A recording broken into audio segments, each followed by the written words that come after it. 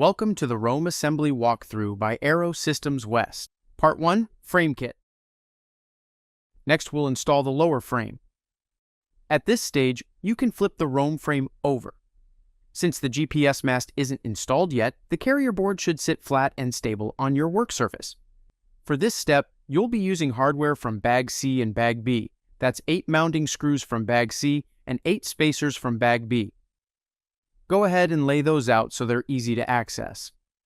Take a moment to locate the mounting points near the landing gear legs. This is where the lower frame will attach both north and south. The lower frame components sit beneath the carrier board, and the spacers create the necessary clearance between the two.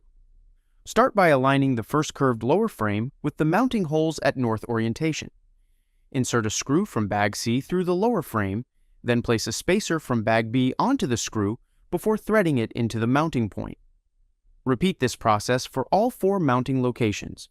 After installing the first screw and spacer, the frame will have less movement. For the remaining locations, place the spacer between the lower frame and the carrier board first, then guide the screw through the frame and into the spacer.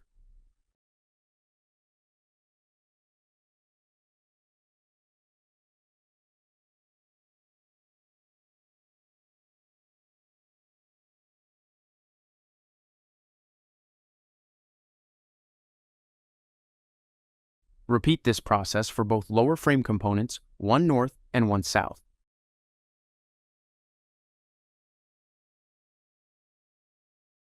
We suggest installing all hardware loosely at first. This will allow the frame to shift slightly and align properly before tightening. Once everything is in position and aligned, go back through each screw, apply thread locker, and tighten them securely.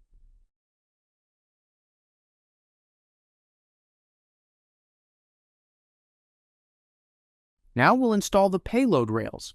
Go ahead and slide the rails through the rail mounts and the battery mounting plate. As you feed them through, make sure everything moves smoothly and stays aligned. Once both rails are in place, center them roughly from front to back. You don't need to be exact here, just get them visually centered. Next, adjust the position of the battery plate so it will properly support the battery when installed.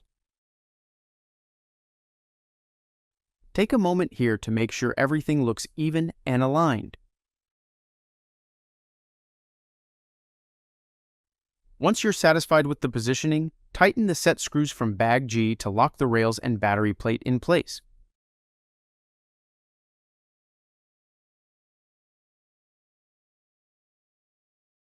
Notice, we don't add thread locker to the set screws yet because we'll be making a few more adjustments to these components through the rest of the build. We recommend leaving battery trays loose at this point to help with other component installation.